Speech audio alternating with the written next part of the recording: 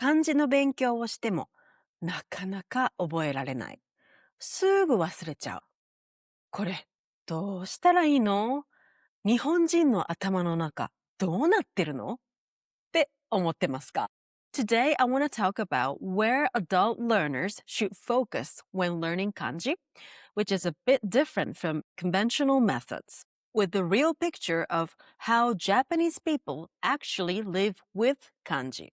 By the end of this episode, you know exactly where to begin in the world of kanji.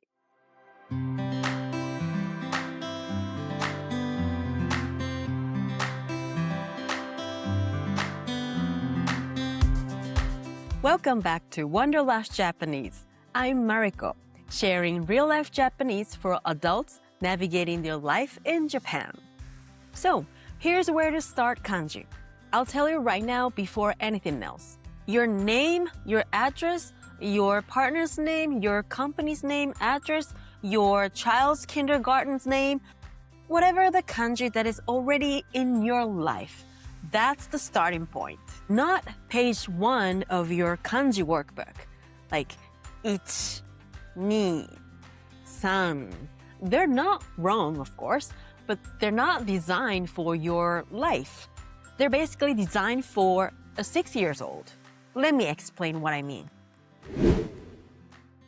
In Japan, children start learning kanji at age 6. And by age 15, they cover 2,136 kanji, which we call Jōyō kanji. Basically, it means daily kanji, decided by Japanese government. So the teaching order is deliberate and carefully optimized, like simple strokes first, and then characters that tie to the vocabulary in their textbooks, matched to their age and the world as it grows. A child learning yama, mountain, and kawa, river, they already know these vocabularies. So, what school teaching is actually how it's written in kanji. That's it. Since they already know the vocabulary, the dots, the concept and vocabularies, and the shape, kanji shape, these two dots connect easily. For adult expats, it's the other way around. Often you study kanji and the word at the same time. Two things at once instead of one. So it's structurally harder task. But here's your advantage. You're not a 6 years old. Your world is already wide. Your cognitive ability is fully developed. So you can understand the concept and detect patterns much faster than a child can. More importantly, you're not reading a textbook about mountain and river. You're living inside a country. You walk into a supermarket and see tamago, gyunyu. You see shiharai at register, iriguchi and deguchi at every door, and kusuri at the pharmacy. That's your classroom. It's already built. So why do even Japanese native forget kanji?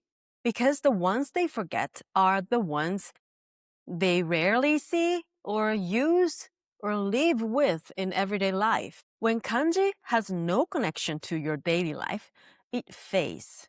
And this happens to you and to me too. Which means the opposite is also true. The kanji that has connection to your life, they stick. So start from there. And there's one more reason this matters. Motivation. At some point, you need to write kanji by hand and practice it. That's unavoidable because that's basically how muscle memory forms. Unfortunately, I think there's no shortcut for that. But the practice only continues if the interest continues, right? And interest survives on achievement. The feeling like the things that you actually learn showing up in your life. I'm not talking about kanji workbook is worthless. But if you start just page 1 of your workbook, it might take months or even longer until you encounter the kanji you actually see everyday life. That's a bit too long wait for the moment when it clicks, isn't it? So start with kanji that's already around you so that click happens from the beginning. You study tamago and you see that kanji on your egg carton. You practice writing your address and then you write it down on the real form. The loop closes fast and that's what keeps people going. Fun, memorable, and sustainable. In that order, they're connected. The skill most required for kanji today is not producing from memory. It's recognizing the right one from the list and selecting it. Because that's how almost everyone writes today, including native Japanese. You type phonetically in hiragana, and then the device gives you the list, and you select and tap it. That's all. A bit sad, but the result is the whole generation of educated, fully functioning Japanese adults are losing their ability to write kanji, not to read it, but to produce it from scratch with the pen. If you grew up with an alphabet, this sounds a bit weird. With letters, there's no partial memory. You never guess, oh, how did I write alphabet A? Was it like that? Or was it like... No. Either you know A or you don't know it. But with kanji, this partial memory happens.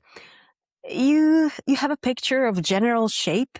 Maybe you get the radical right, but you're still not sure if this part is longer, shorter. How was it? This happens because it fades without practice, like phone numbers. In the past, you had memorized 10, 15 numbers, but nowadays people need to check their phone to just make a phone call to their own parents. The muscle stopped being used. That's all. And the gap you've been measuring yourself against between your kanji level and native Japanese kanji level, it's actually closing from both sides. So you're not as far behind as 2,136 kanji makes you feel. So what you can do from today?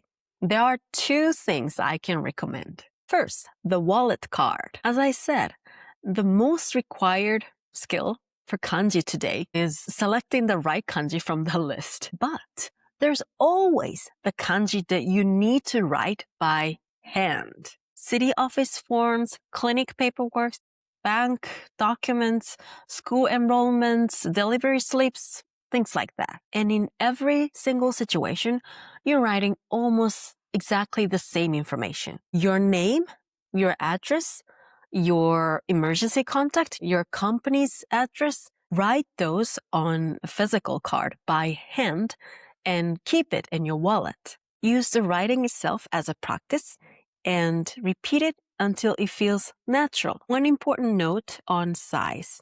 Use a business card as your guide. When you write address in kanji, normally it takes far more space than you expect. So when it fits clearly on a business card, that means you're covered in any real situation. And you can carry the card in your wallet until you realize that you haven't needed it in a while. Second, for kanji, you don't write but see every day. Use sticky notes. Write words on a note and put it on the actual surface. 冷蔵庫 on the refrigerator, 洗濯機 on the washing machine, and 電子レンジ on a microwave. This is the smallest thing you can start from today, right now, because your home is your closest classroom. No flashcards, no study session, just your daily life doing the work. The wallet card is for kanji you produce. The sticky notes are for kanji you recognize, both built from exactly where you are. Kanji is hard, and I'm not going to pretend otherwise.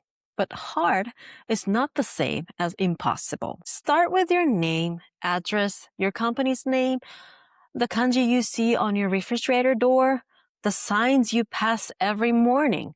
That's not a small place to start. That's exactly the right one. 日本語を自分ごとにしましょう. Make your Japanese learning relevant to your life. I'm Mariko. I'll see you in the next episode. ではまた。さよなら。